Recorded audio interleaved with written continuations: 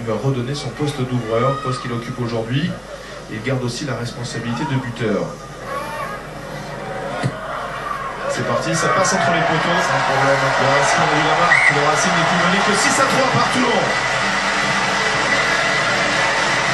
Le Racing, par rapport à cette chandelle, par cette pression sur l'équipe adverse qui a réussi à récupérer la pénalité, ça sort bien, on va dire, sur ce début de rencontre.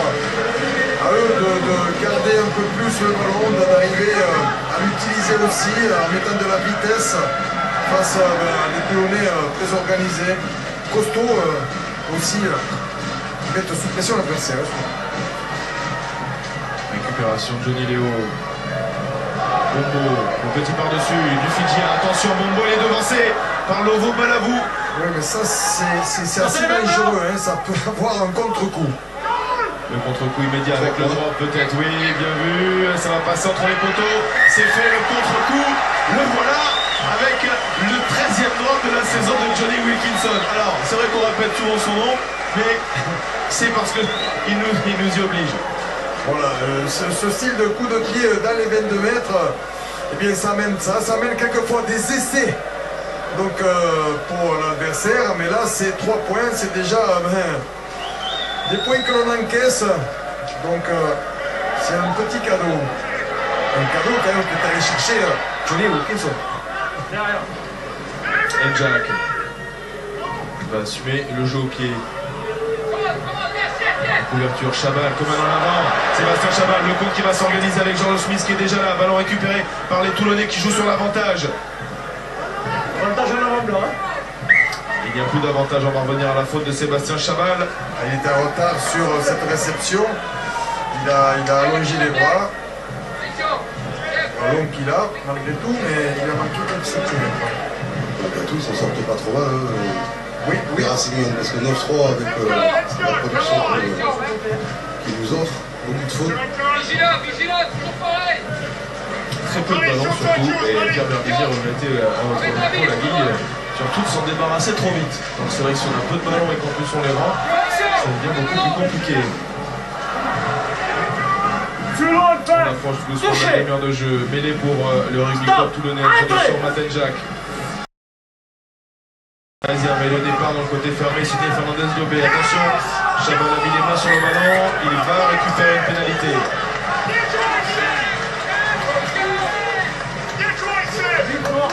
Allez, Léo, qui était le premier pour récupérer ce ballon. Très fort. Ça va faire du bien aux joueurs du Racing de se rapprocher un petit peu plus de la ligne d'essai adverse. Parce que pour l'instant, ils ont été pris sur cette possession. Je crois qu'ils ne sont pas rentrés une seule fois dans les rangs adverses depuis le début. Quasiment pas, c'est vrai en tous les cas, pas sur un temps fort. Ils ont construit tout à l'heure un ballon porté assez intéressant, mais il y a surtout des pénalités qui sont concédées du côté toulonnais, des pénalités qui pour l'instant permettent au Racing de revenir à hauteur des 22 mètres. La prise de Johnny Léo, on va essayer de travailler autour de lui. Le ballon dans les mains de Benjamin Noiro qui va conduire localement, qui va être obligé de dynamiser avec Jérôme Filleul. La charge maintenant de Mouligouli. Percussion sur Lovo Balavou, son compatriote des Fidji. Le relais maintenant de Wisniewski, avancé, première initiative dans les 22 mètres. On l'attendait, la voilà. Et on insiste, même sens avec le Cicero. Ouais, position de hors-jeu. Voilà. Des Toulonnais, l'avantage est en cours pour Mouligouli, mais faute de Lionel Nollet, l'arbitre ne la considère pas. Il y a même l'avantage pour les Racing. Et il revient à la faute. Pour la première fois, c'est vraiment la première fois qu'ils ont eu le ballon dans les 22 adverses. C'est vrai, du Racing Club de France. Et regardez, Simon Malik, sur cette image proposée par les équipes de Lorando, demande à ses joueurs de jouer la touche. Ils se sentent sûrement forts dans le secteur du ballon porté, on les a vus très efficaces tout à l'heure. Est-ce que ça va payer? Oui, mais ils sont forts. Ils sont forts sur les ballons portés. On voit là Richavancy qui prend un bon intervalle, qui avance. Il a fallu cette défense inversée, mais trop anticipée pour amener cette pénalité. Ils ont décidé bien de garder le ballon. On va voir s'ils vont garder cette organisation. D'abord, organisation, deuxième temps, c'est la poussée. On les a vus bons il y a quelques minutes dans ce secteur. On les avait vus aussi très bons dans le derby parisien. Ils avaient réalisé un ballon porté d'une 50aine de mètres face au Stade Français. Et là, pour l'instant, ça paye. C'est bien fait. Le ballon est au fond. Jérôme Filleul qui appelle. Sébastien Chaval qui est là. On s'est malheureusement écroulé. Avantage en cours tout de même pour les Parisiens avec une faute de Joel Abd. On insiste auprès. Filleul qui ramasse. Attention à l'intérieur. En avant.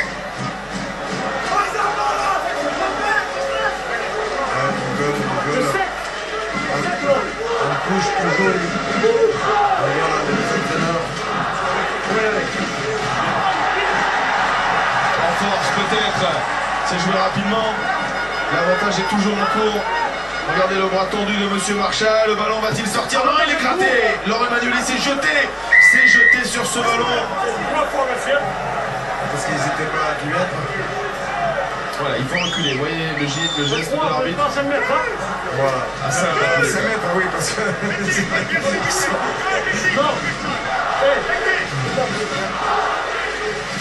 La touche. Allez, là c'est un temps fort hein, depuis un bon petit bout pour le Racing Métro. Johnny Léo, le flanqueur du Racing, est au sol. Joueur très important dans le système mis en place par Pierre Berbizier. C'est Sébastien Chaval hein, qui a pris l'initiative, qui est allé en percussion.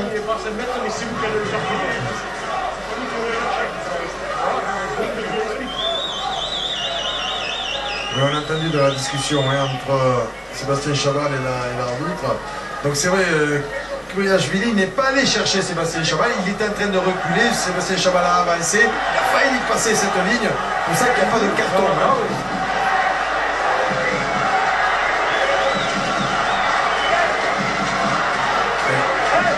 Les équipes doivent scorer quand elles se retrouvent sur des temps forts comme ça depuis un certain temps. On a vu une équipe organisée sur les mois du côté du Racing Métro, mais pour l'instant, la ligne n'a pas été dépassée. On va soigner la conquête dans un premier temps avec le lancer de Benjamin Noiro. La prise de Lionel Nallet à la redescente, le ballon est bien au fond. Johnny Léo a repris sa place.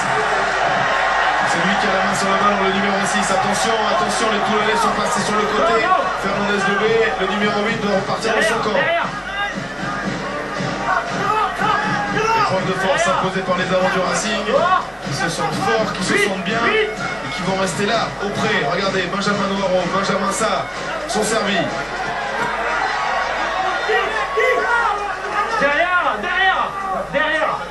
Derrière encore. Philippe, il faut trouver le bon dosage là, entre ne pas faire le geste de trop auprès pour ensuite peut-être ménager un espace derrière. Oui, mais il y a eu encore voilà, des joueurs qui ont trop anticipé, qui sont montés alors que le ballon n'était pas sorti encore. C'est pour ça que l'arbitre a le bras levé.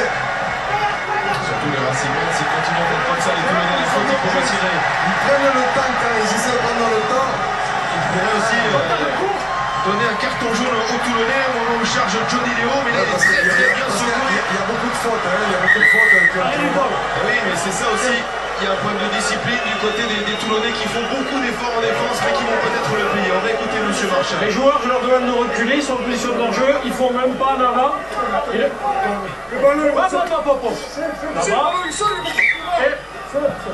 Et s'il vous plaît, prenez du temps. 3 pénalités. Les joueurs, ils sont hors jeu, moins de 5 ils minutes. font pas l'effort de reculer. Il y a trop de fautes en peu de temps, donc soit vous disciplinez, soit je vais changer ma sanction. Merci. Oui. C'est le premier qui vient, il prend la jambe. Lionel qui indiquait à M. Marchal que dans ces phases de ballon porté, on prenait les jambes, hein, on prenait les jambes des Parisiens, donc on les empêchait de progresser, on les obligeait à passer par le sol. Oui, mais vous savez que quand il y a un môle, tu ne peux pas plaquer, tu ne peux pas écrouler. Le Racing, ils sont pas allés souvent dans les 22, mais quand ils y sont, ils y restent. Voilà, ouais, ça fait un petit moment là. Hein. Et on remet ça avec un nouveau jeu de bout, un nouveau ballon porté. Et une nouvelle pénalité. Ça va finir par déboucher sur un carton jaune. Attention, le petit par-dessus, Vouli, et devancé par le Amanou. Arrêt du temps demandé par l'arbitre. Sébastien Chaval est semble-t-il sonné, touché. C'est au carton jaune. Oui, oui. Il avait averti sur le... Le voilà, le carton jaune. Laurent Emmanueli, 10 minutes sur le bord de la touche. Toulon à 14 pendant les 10 prochaines minutes. C'est Laurent Emmanueli qui paye les pots cassés de cette épreuve de force imposée par les Racingmen. Le Racing qui n'avait pas beaucoup de possession dans les mêles adverses pendant un long bout de temps. On voit, voilà, c'est interdit de faire tomber, de faire écrouler. Ouais, c'était très net hein, sur les images proposées par Vous voyez l'équipe technique. la différence dans les 22 mètres, 2,27 pour le Racing Intro, 1,15 pour Toulon, alors qu'il y avait une 15 à 0 il n'y a pas si longtemps.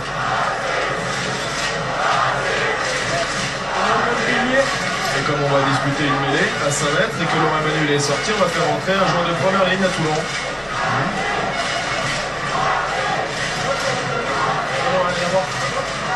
Serait-ce Mehdi Merabé qui se prépare, à moins que Tomé Opo soit aussi dans les starting blocks. C'est Tomé Opo qui va s'élancer pour cette mêlée à 5. C'est bon, ça y est, de rentrer sur le mêlée à scène. Ouais, cadeau. C'est cadeau, oui. Et c'est donc Joe Elad qui va sortir pendant les 10 prochaines minutes.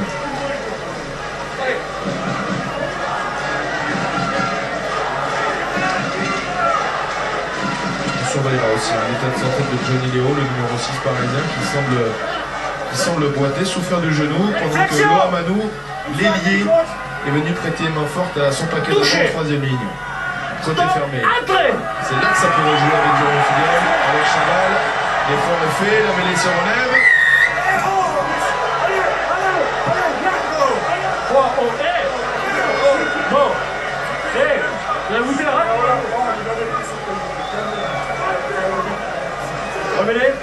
Papa, Lionel Nallet vient de demander à Sœur de se calmer et on va reprendre la mêlée. Lo Cicero, la comédie de l'arte. Ça c'est complètement délié là. On reste en haut et dans l'axe. Allez. Allez, là tu Flexion. Allez, mec. Touché. Stop. Entrée.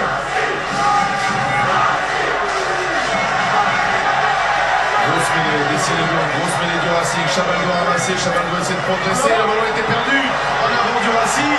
C'est une grosse occasion manquée par les Parisiens qui viennent de perdre beaucoup de terrain. Avec Cyril Bombo maintenant, la relance qui s'appuie sur Stein. Le jeu au pied peut-être, oui. Pied gauche, touche indirecte. Devant Johnny Wilkinson. Ah, c'est vrai que de toute cette domination dans les mêmes adverses, c'est une occasion manquée pour le Racing. Ils sont fait surprendre par cette poussée des Toulonnais en voulant être assurés sur la mêlée pour que ce ballon qui n'arrive pas à sortir, qui n'arrive pas assez rapidement dans les pieds de Sébastien Chaval. Sébastien Chaval qui a commis cet en avant. C'est vrai qu'ils ont passé quasiment 2 minutes, voire peut-être 3 minutes dans les 22 mètres de Toulon, les Parisiens, mais n'ont pas marqué. Pas réussi à être récompensés de leurs efforts. Sébastien Bonneau, lui, en a fourni beaucoup des efforts sur ses mêlées successives, sur ses ballons portés, où il a fallu tout donner, défendre, pour ne pas encaisser d'essai.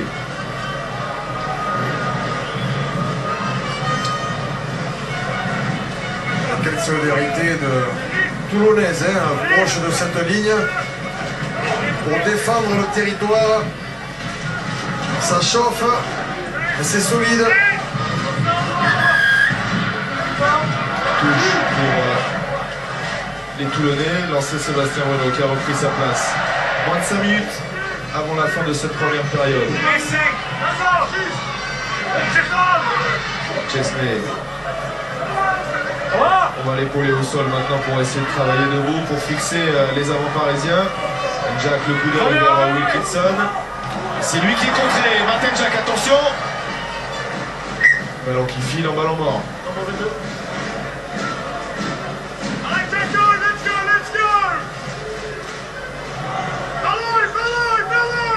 Cicero a contré ce ballon.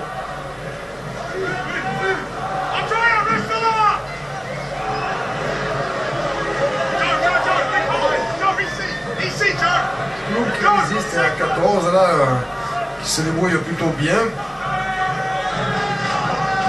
C'est Johnny Wilkinson qui va effectuer ce renvoi au 22 mètres. Johnny Wilkinson qui va sortir son équipe de cette zone des 22 mètres où le Racing a passé 7 minutes au total depuis le début de la rencontre avec une grosse période de possession.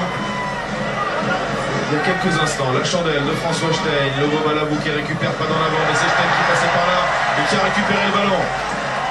Filleul. Et la transmission n'est pas bonne encore, c'est Lionel Nallet qui récupère. Lionel Nallet qui va trouver le soutien de Chavancy. Chavancy qui navigue dans la défense toulonnaise qui est plaqué.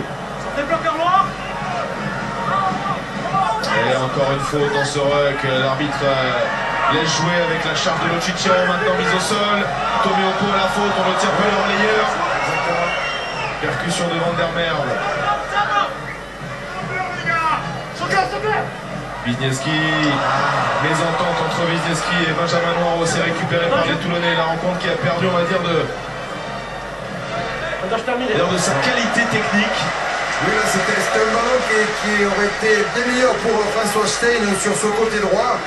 On voit Benjamin Noiro qui est trop à plat, qui est déjà là présent, il vient attirer du monde, mais il y avait de la place pour jouer derrière. Et avec ces différentes fautes du Racing, et ces approximations des passes, eh bien il n'arrive pas à reprendre, à remettre le dessus la pression sur l'adversaire, surtout à dynamiser, à prendre davantage d'initiative. Le ballon il le repère beaucoup trop rapidement. Toulon à 14 après le carton jaune de Laurent Emmanueli mène face au Racing 9-3. Toulon qui va récupérer ce ballon sur ce mauvais fond de touche. C'est Sébastien Bruno qui s'arrache, le soutien rapidement autour de lui, Tomé au pot en relayeur, le ballon relevé maintenant pour Sénécal. 2 minutes à jouer encore dans ce premier acte avec peut-être un drop de Johnny Wilkinson, il est servi. Le troisième drop de la soirée pour Johnny Wilkinson. C'est fait, monsieur Wilkinson s'il vous plaît. Troisième drop et Toulon mène 12-3. Voilà, là, ça c'est un coup de massue. Pour vite relever les têtes, mais c'est un coup de massue parce que c'est vrai que le Racing a passé beaucoup de temps, vraiment beaucoup de temps dans les veines adverses, même si là il joue rapidement le renvoi. La touche est trouée, ça y est. Tactique qu'ils avaient l'habitude de mettre en place. Il la joue vite, François Stein, la passe pour personne, il va mettre son partenaire en difficulté. C'est Mirko Bergamasco qui est pris, mise au sol, bon plaquage aux chevilles. Si on parle d'affolement malgré tout, hein. Il est sorti de ses 22 mètres, François Stein, longé au pied. Récupération, Rory Lamande qui, on le rappelle, a remplacé Paul Saquet, victime d'une gastro-entérite, et qui est donc resté à l'hôtel. Et qui peut-être suit cette jeu encore devant son écran de télé. Position de l'enjeu. En fait, il n'avait pas fait les efforts de reculer. Pourquoi ne laisse-t-il pas l'avantage à Cyril Gondou? Il faut laisser l'avantage, mais est-ce qu'il n'était pas plaqué encore? Il faut attendre qu'il soit au moins plaqué, hein, effectivement. Attendre le plus longtemps possible. On voit hein, beaucoup de joueurs de Toulon là, qui étaient devant le botteur et qui n'ont pas fait les efforts. On revoit ce drop là qui passe juste dessus. Belle opportunité là, et opportunisme pour Johnny Wilkinson, qui n'a pas raté un coup quand même hein, depuis le début de la rencontre. Dès qu'ils ont réussi à venir, à passer un peu de temps, même très peu sur la deuxième partie de la première mi-temps, et bien il a marqué, il a enquillé. Et ça peut faire aller évidemment le manager et le coach du Racing de ne pas avoir réussi à passer cette ligne quand il y a eu cet temps fort parisien. Lancé de Benjamin Noiro. Ça fait deux touches consécutives perdues. Matenjak sort ce ballon des limites du terrain. On va en rester là au terme du premier acte. C'est Toulon qui fait parler son expérience grâce à Johnny Wilkinson. Toulon qui mène au Racing 12-3. Écoutez, vous êtes devant avec moi. Monsieur Johnny Wilkinson permet au RCT de mener 12-3.